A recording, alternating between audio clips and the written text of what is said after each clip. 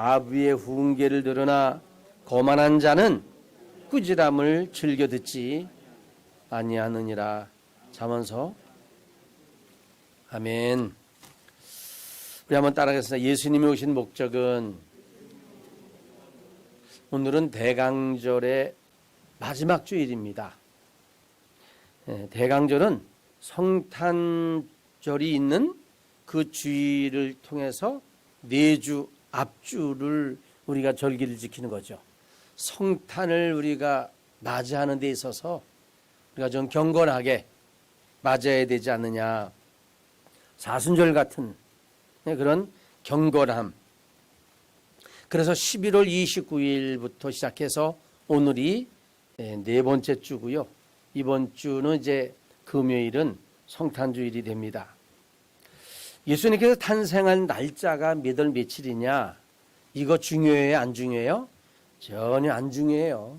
그럼 뭐가 중요할까요? 그분이 왜 오셨으며 오신 목적, 의미가 무엇이냐? 그것을 아는 것이 중요한 겁니다. 오늘날 성탄절의 진정한 의미는 상업주의, 쾌락주의에 의해서 이미 그 본질은 관심 밖으로 다 던져졌어요. 그래서 그 구세군을 창시한 윌리엄 부스라고 하는 사람은 언젠가는 예수님이 없는 성탄절, 십자가가 없는 기독교를 볼 날이 올 거다라고 했는데, 오늘 우리가 사는 시대가 지금 그런 시대에 살고 있지 않는가 하는 생각을 해봐요.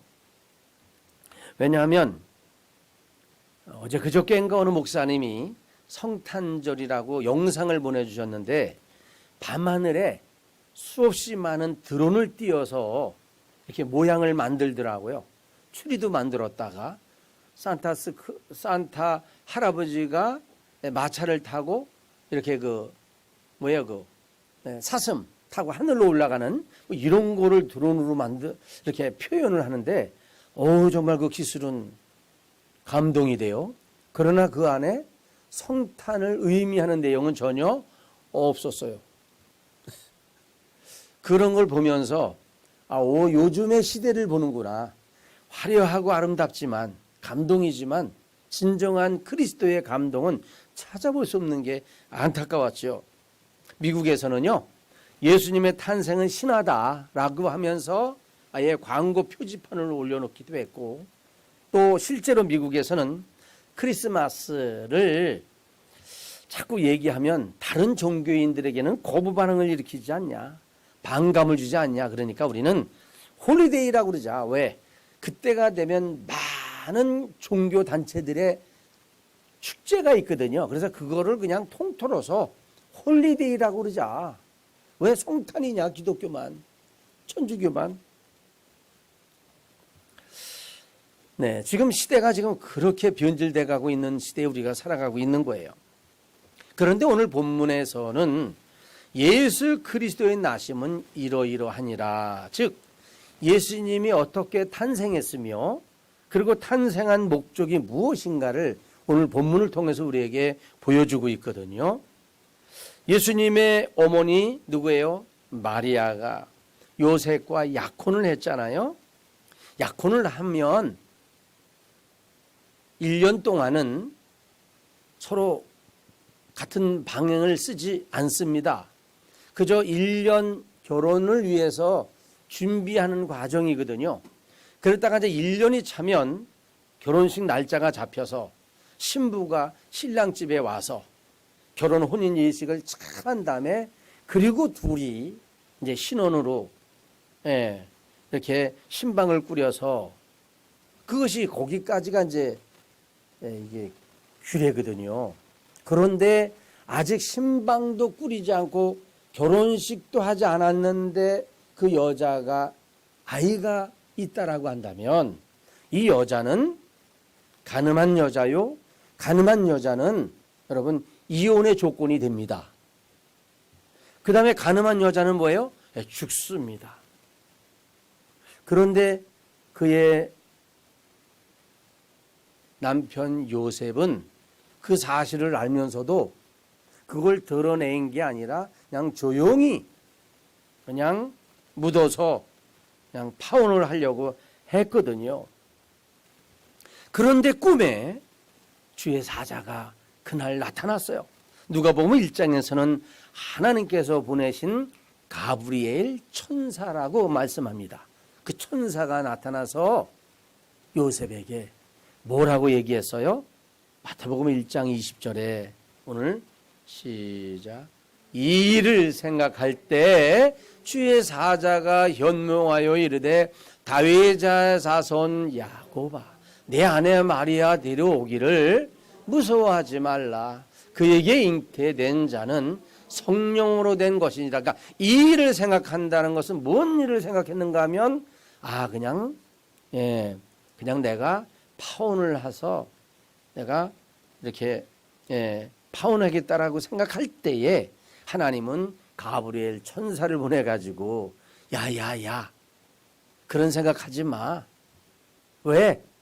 다른 남자를 통해서 잉태된 게 아니라 성령, 이것은요 하나님의 특별한 섭리를 통해서 잉태된 거다. 아주 성령의 섭리를 통해서 완벽하게 준비된 이런 거다. 다시 말해서 인간의 피가 전달되지 않은, 그러니까 예수 그리스도는 인간의 피와는 관계없는 성령으로 잉태된 죄 없는 자였기 때문에, 원죄가 없기 때문에, 그래서 나중에 예수님은 인류의 모든 죄의 대속 제물이 될 자격이 있는 거죠. 오직 예수님만, 죄가 없으니까. 그래서 오늘 예수님께서 이 땅에 오신 목적, 성탄절의 진정한 의미, 이런 것들을 우리는 그래도 좀 다시 한번 우리가 기억할 필요가 있다. 왜 하나님은 외아들 예수를 이 땅에 보내셨을까? 우리는 그 뜻을 잘 알고 그 뜻을 우리가 이루어 나가는 것, 이것이 우리의 사명입니다. 그래서 어떻게 우리가 이것을 이루어 나갈까? 잠시 은혜를 나누고자 하는데요. 첫째, 예수님이 이 땅에 오신 목적은 뭐예요? 인간을 구원하기 위해서 오셨다는 거죠. 21절에 아들을 낳으리니 이름을 예수로 하라. 이는 그가 자기 백성을 그들의 죄에서 구원할 자이심이라 하니라. 아담을 비롯해서 모든 사람은 두 가지 죄, 크게 말하면 원죄와 자범죄를 지으며 살 수밖에 없습니다. 이 죄는 인간이 하나님에 대한 불신을 통해서 나타난 현상들이거든요. 그래서 로마서 3장 23절에 보면 모든 사람이 죄를 범하였음에 하나님의 영광이 이르지 못하더니, 모든 지구상의 사람들은 다 죄인입니다. 헬라 사람들은, 헬라는 지금으로 그리스 사람이죠. 이 죄를 하말티아라고, 헬라어는 하말티아라고 그러는데, 이 하말티아는 여러분 잘 들어서 알죠? 화살이 그 목표 관역에서 다른 데로 빗나간 것. 즉 우리는 분명한 관역은 하나님의 말씀이 되어야 되는데 그 말씀에서 벗어나서 딴 데로 나간 거죠. 빗나간 삶을 사는 거죠. 그런데 이 빗나간 삶 자체가 죄라는 것이고, 이 죄의 끝은 뭐예요? 로마서 6장 23절에 죄의 싹은 사망이요 하나님의 은사는 그리스도 예수 우리 주 안에 있는 영생이다. 하나님과 인간 사이에 연결되어져 있는 하나님의 말씀의 진리의 길에서 인간은 벗어났습니다. 철로를 이탈하면 그 열차는 목적지로 갈 수가 없어요. 사람들도 마찬가지입니다. 하나님을 떠나면은요 반드시 죄를 짓게 되어 있습니다. 그리고 이 죄는 뭐냐? 죄와 저주와 사망의 문제, 이게 이제 다가와서 이 문제는요 인간이 스스로 해결할 수 없는 문제입니다. 그런데 이 문제에 갇혀 있었던 인간을 구원하기 위해서 예수님이 이 땅에 오신 줄 믿습니다. 사실 하나님은요, 창세기 2장에 보면 아담과 하와에게 미리 죄짓지 말라고, 실수하지 말라고 경고를 보냈어요. 응? 뭐라고 그랬냐면, 너 선악을 알게 하는 나무의 실과는 따먹지 마라. 먹으면 어떻게 해요? 정령 반드시 너는 죽는다라고 경고를 미리 보냈어요. 그러면 경고를 받았으면 받은 사람은 내가 하나님의 경고에 따를 거냐 안 따를 거냐는 나에게 달려있거든요. 내 결정, 자유의지. 그리고 내가 어떻게 결정했느냐에 대한 결과와 책임도 내가 담당해야 되죠. 네. 선택은 내가 했기 때문에 결과도 내가 담당해야 됩니다. 그런데 그 당시에 아담과 하와는 하나님이 자기에게 주신 경고의 메시지에 대한 확신이 없어요. 그 확신이 없다는 사실을 사탄은 알고서 접근합니다. 그리고 하나님 말씀을 왜곡합니다. 뭐라고요? 창세기 3장 4절에 보면 뱀이 사단이 여자에게 이르되 너희가 결코 죽지 아니하리라. 너희가 그것을 먹는 날에는 너희 눈이 밝아져서 하나님과 같이 되어 선악을 그러니까 이 얘기는 우리가 선악과를 따먹으면 눈이 어떻게 돼요? 밝아져서 영안이 열려져서 누구와 같이? 하나님과 같이 선악을 분별한다. 분별력이 생긴다. 하나님과 동등 같은 그런 위치. 야, 이거를 듣고 나니까 오, 어떻게 이럴 수가 있지? 그러면서 선악과를 딱 보니까 와, 저거 진짜 먹음직스러운데? 와, 탐스러운데? 얘기를 귀로 듣고 나니까 눈으로 보니까 오, 얘기한 그대로 저거 먹으면 정말 그렇게 될 것 같아. 그 유혹에, 뱀의 유혹이요 사단의 유혹에 하와는 결국은 지키지 못하고 열매를 따먹었을 뿐만 아니라 사랑하는 남편 아담에게도 주어서 결국은 뭐예요? 공범 신세가 되어버리고 말았어.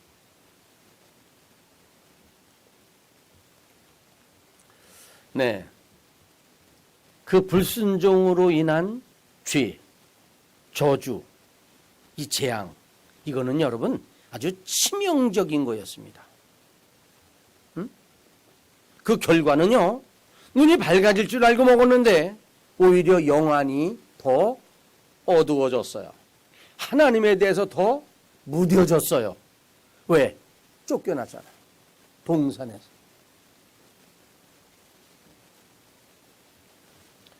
그러니까 하나님을 통해서 공급받았던 마음의 평안, 안식, 행복, 이게 떠난 거예요.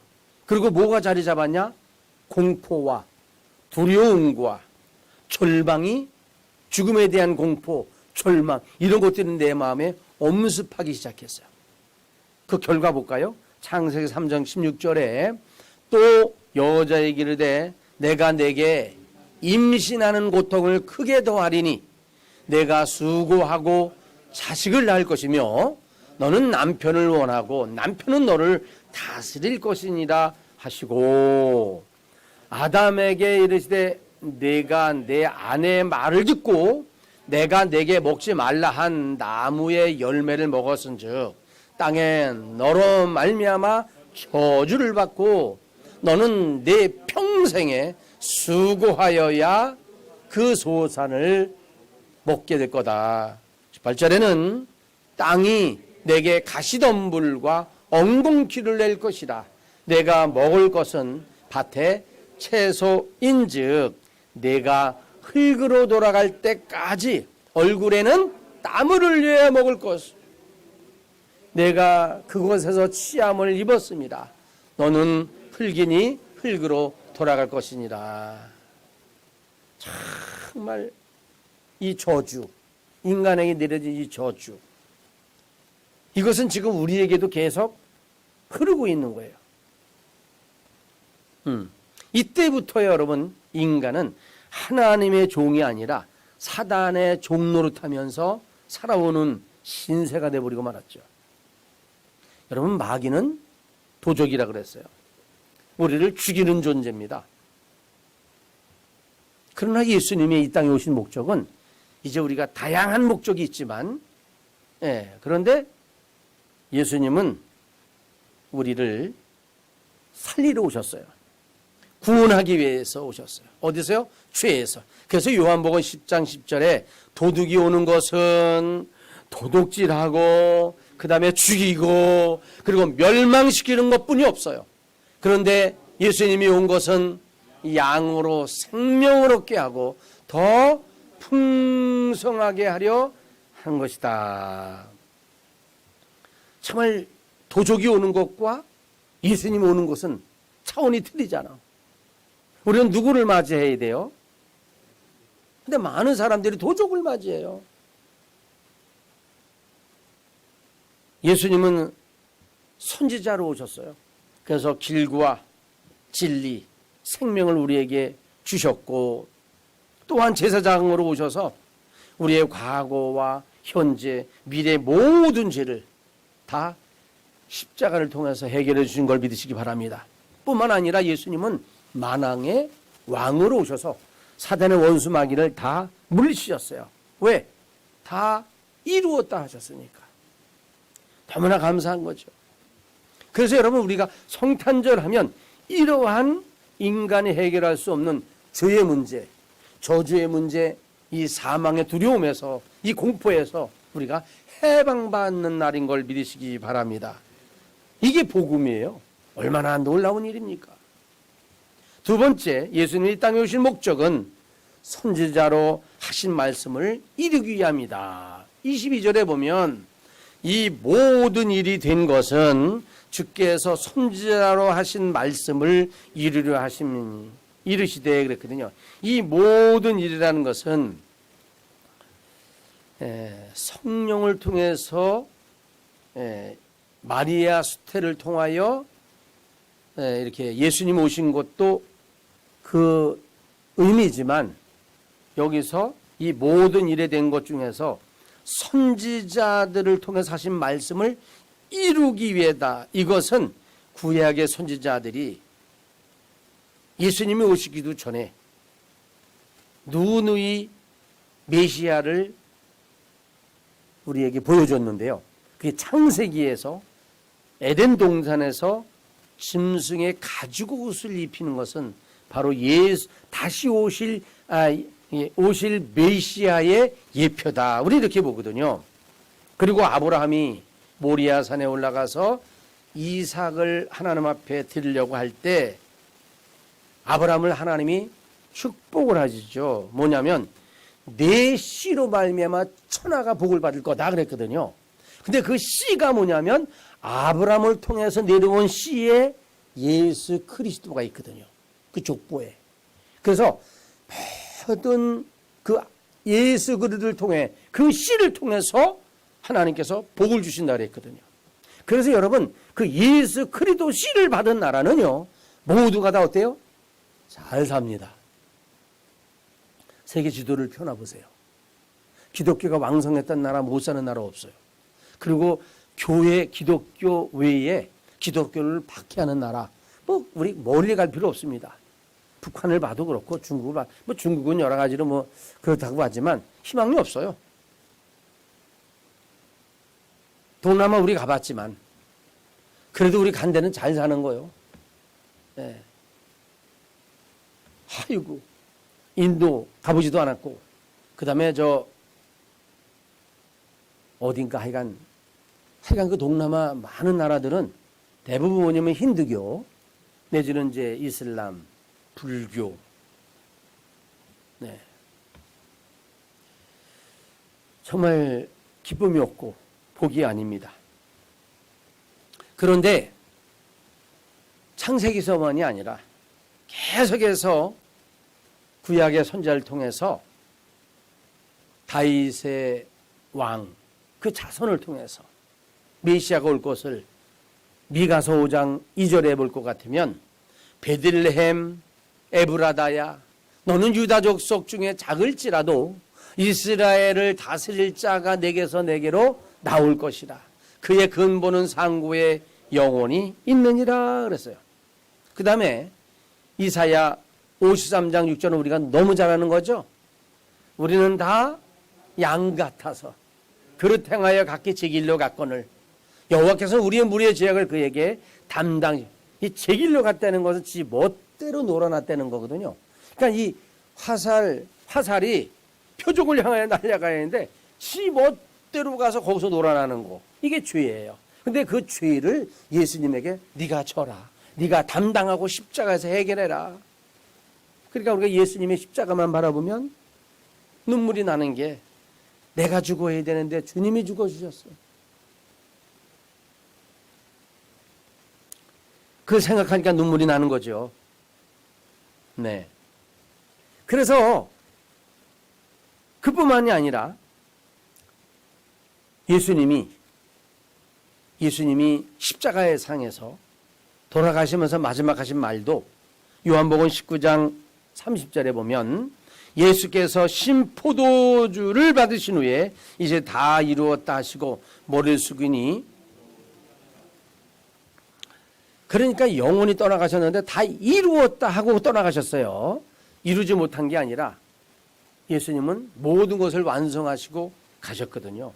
그렇기 때문에 이제 선지자들이 그동안 외쳤던 그 모든 그 예수 그리스도의 메시아는 이미 실체로 2000년 전에 나타나셨고, 그리고 그 모든 일을 다 이루시고 하늘로 승천하셨습니다. 이제 그분은 머지않아 우리를 데리러 오실 겁니다. 세 번째로 예수님이 이 땅에 오신 목적은 뭐예요? 우리와 함께 하시기 위해서. 23절입니다. 보라, 처녀가 잉태하여 아들을 낳으리니, 네, 이를 번역한 즉 하나님이 우리와 함께 계시다 합니다. 하나님이 우리와 함께 계시기 위해서 오신 거예요. 이사야 선지자는 750에서 700년 전. 근데 이사야를 통해서 끊임없이 그 앞전에도 끊임없이 말씀을 하셨거든요. 정말 많이 있습니다. 예레미야에도 있고 스가랴에도 있고. 그래서 우리가 이 예수 그리스도 그분은 왜 여기 오셨는가? 우리와 함께 하려고. 그동안은 분리됐어요. 떨어졌어요. 이제는 예수님이 십자가는 하나님과 우리 관계에 이 화목하게 하는 제물로서 하나가 된 걸 믿습니다. 둘이 하나가 된 거예요. 화목하게. 그래서 우리와 함께 동행하시기 위해서. 그래서 이사야 7장 14절에 그러므로 주께서 친히 징조를 너희에게 주실 것이라. 보라, 처녀가 잉태 아들을 낳을 것이요 그 이름을 임마누엘이라 하라. 임마누엘. 이사야 7장에서 한 말씀인데요. 원래 이 얘기는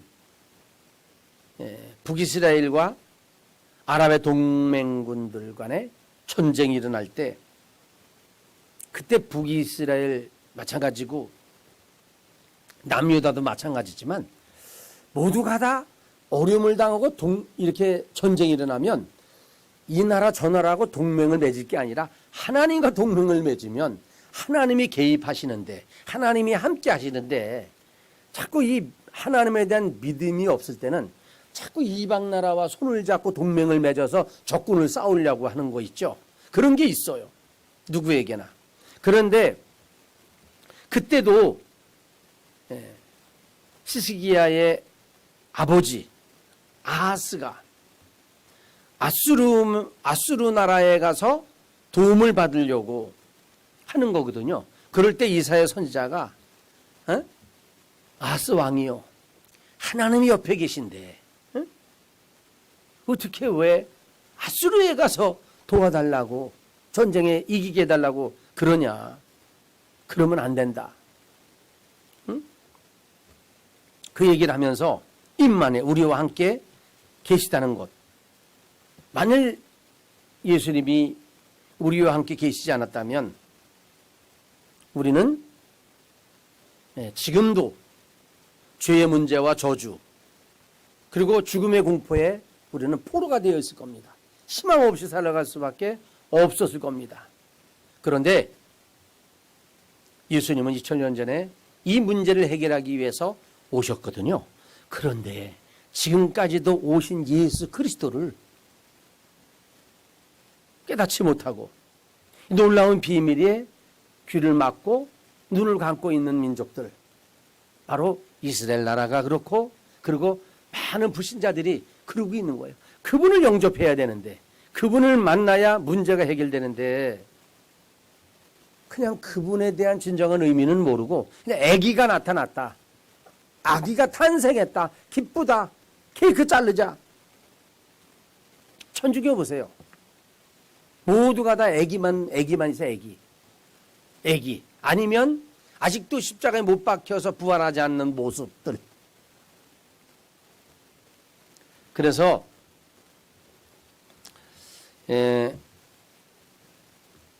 정말 이 예수 그리스도가 왔다는 이 놀라운 비밀을 우리가 영안이 열려서 볼 수 있고 알 수 있고 깨달았다는 사실만 해도 여러분 큰 복인 줄 믿으시기 바랍니다.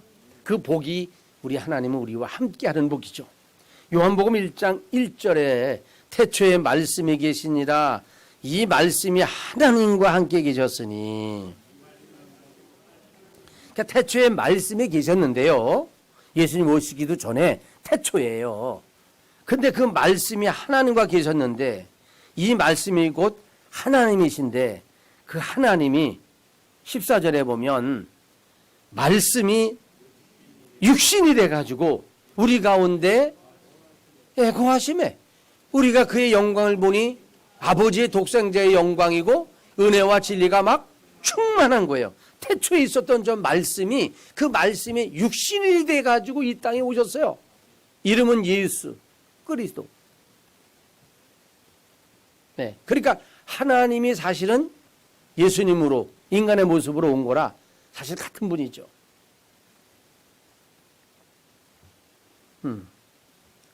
예수라고 하는 이름으로 이 땅에 오신 하나님.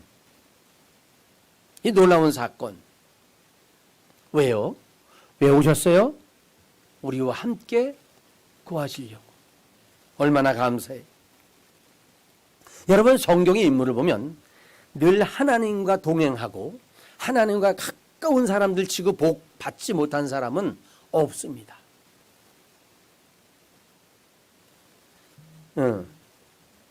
대표적인 사람 요셉을 보면 창세기 39장 2절에 여호와께서 요셉과 함께 하심으로 그가 어때요?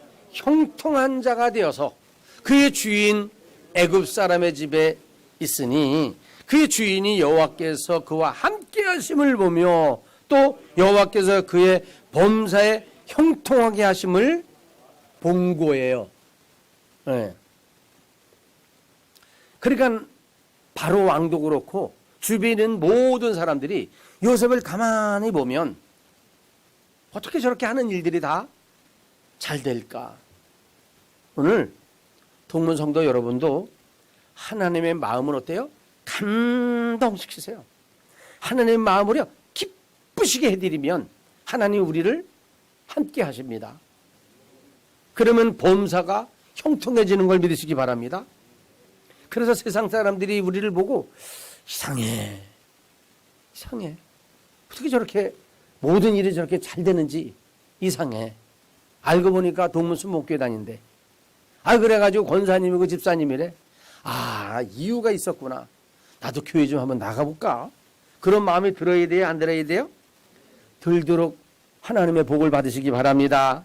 할렐루야. 네, 정말로. 창세기 21장 22절에 보면 그때의 아비멜렉과 그의 군대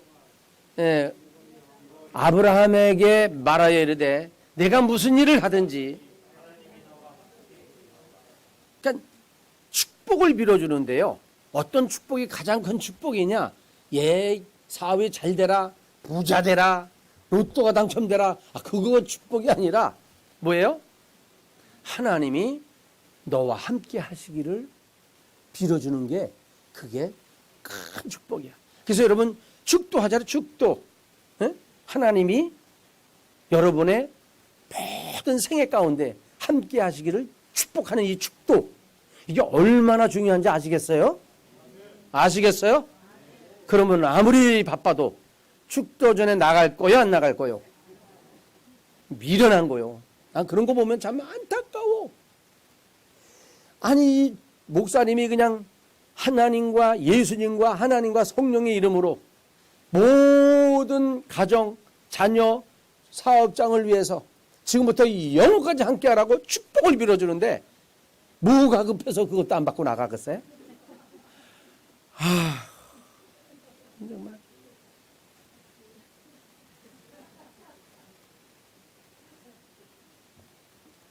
이걸 안 받고 뛰어나가는 거 보면 아휴, 참. 가슴이 그냥 말도 못하고. 도대체 뭐가 그렇게 이거보다 더 귀한 게 어디 있어요? 이거보다 더 귀한 건 모든 게 다 우상이에요. 여러분 절대 축도 전에 저기 불이 나도 축도 받고 나가가지고 옆에 사람 얼굴 보고 그럽시다.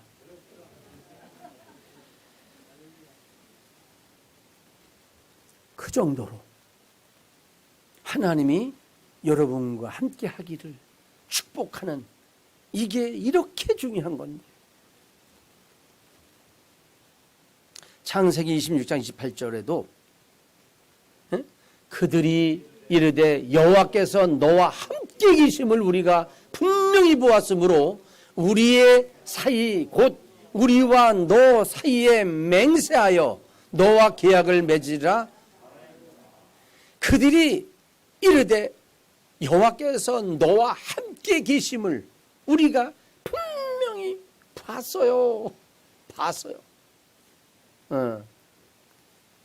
이런 증거가 세상 사람을 입을 통해서 뿐만 아니라 야곱이 이제 베델에 와가지고 돌을 베개 삼아서 처량하지만 누워서 잠을 자는데 꿈에 사닥다리가 저 하늘에서 밑에까지 내려서 천사가 오르락 내리락 하는 것을 보면서 하나님께서 야곱에게 축복을 해줘.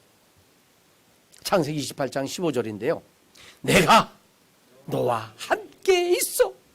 내가 어디로 가든지 너를 지키며 너를 이끌어 이 땅으로 돌아오게 내가 내게 허락한 것을 다 이루기까지 너를 떠나지 아니하리라 하신지라.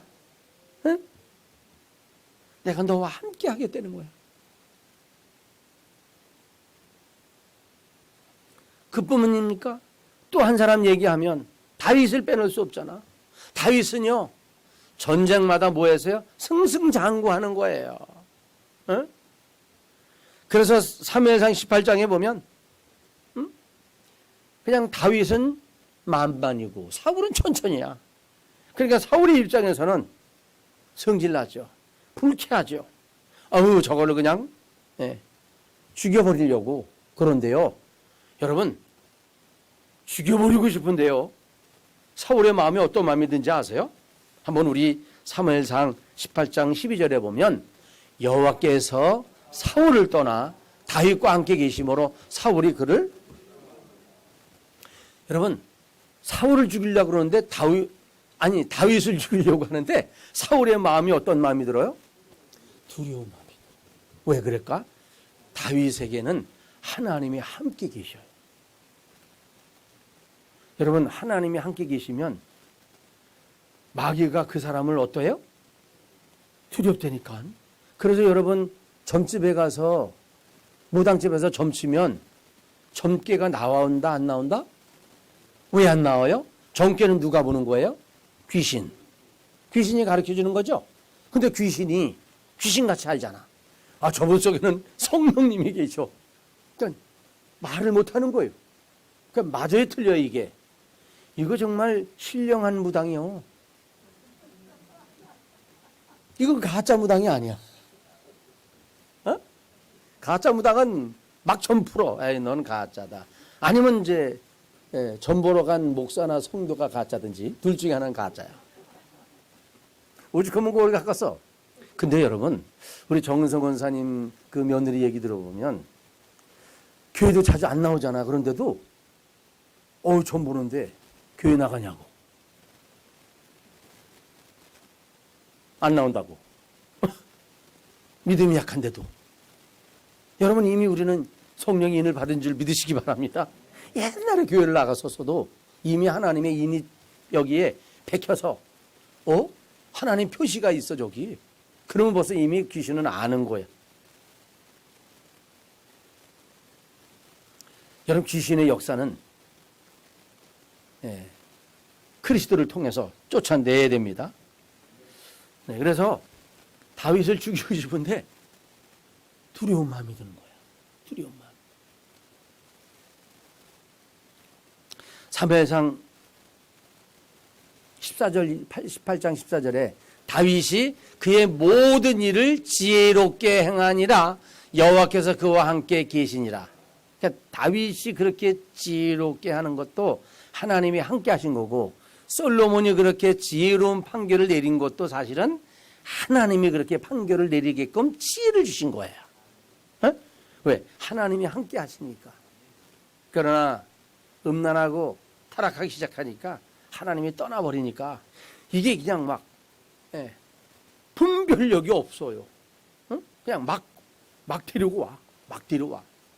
그리고 우상숭배를 그냥 아무데나 그냥 허락을 해버리는. 결국은 나라가 그냥 갈라져 버리고 말았지 않습니까? 뿐만 아니라 우리 사마 5장 10절에도 만군의 하나님 여호와께서 사마 5장 10절에 만군의 하나님 여호와께서 함께 계시니 다윗이 점점 어때요? 다윗은 어려서부터 늘 하나님을 의지하는 삶을 살았어. 그러니까 하나님이 쟤를 그냥 내버려 두면 하나님 망신이야. 왜?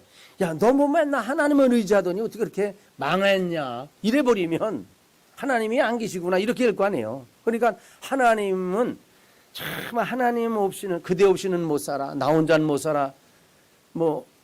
정말 하나님이 없이는 못 산다고 하나님 의지하는 사람은요, 하나님이 지켜주지 않을 수가 없어.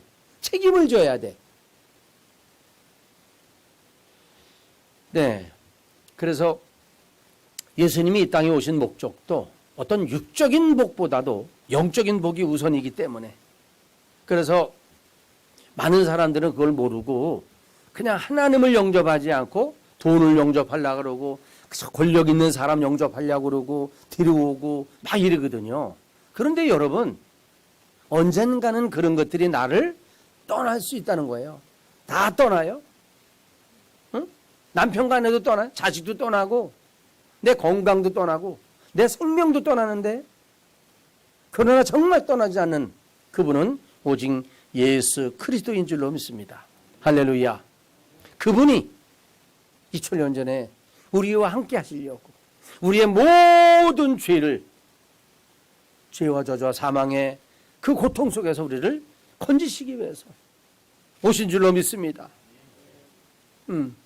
그분이 무슨 신약에 있었던 얘기가 아니라 이미 창세전부터 예정되고 선지자들을 통해서 말씀했던 것들이 그대로 지금 이루어진 거거든요. 이 놀라운 하나님의 사랑은 얼마나 오래됐는가, 오래전부터. 그래서 마지막으로 요일서 4장 9절에 한번 읽고 마치겠는데요.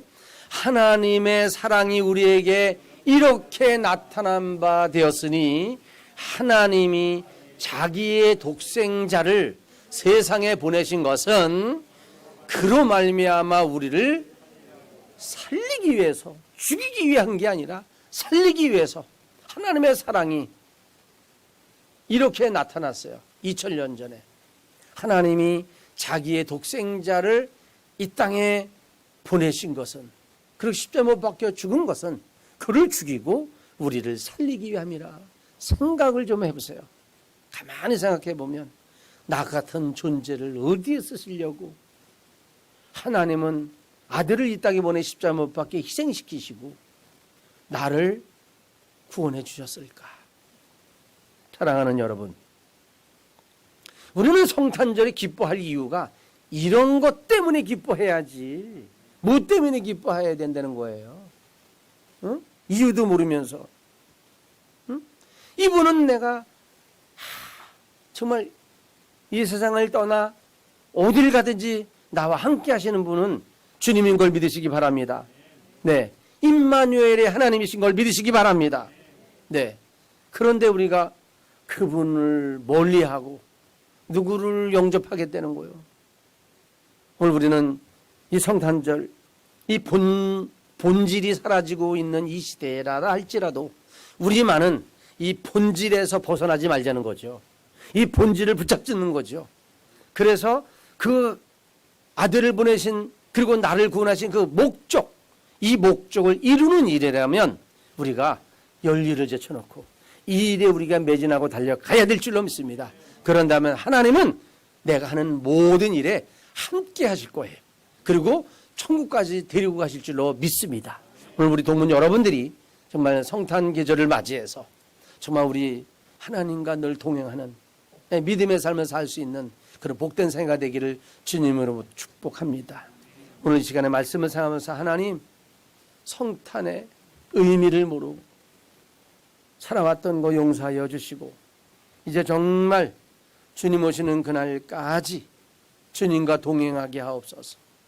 늘 주님이 하신 일들을 기억하면서 우리도 많은 영혼들을 구원하는 일에 열심을 다해 전도하게 하여 주시고 늘 세상을 영접하고 돈을 영접하고 이런 사람들에게 예수님과 동행할 수 있는, 예수님을 영접할 수 있는 그런 중매자가 되게 해달라고 우리 한번 통성으로 기도하겠습니다. 주여, 살아계시고 자비로우신 하나님, 오늘도 우리 하나님께서 우리를 사랑하셔서 이전에 불러주셨습니다.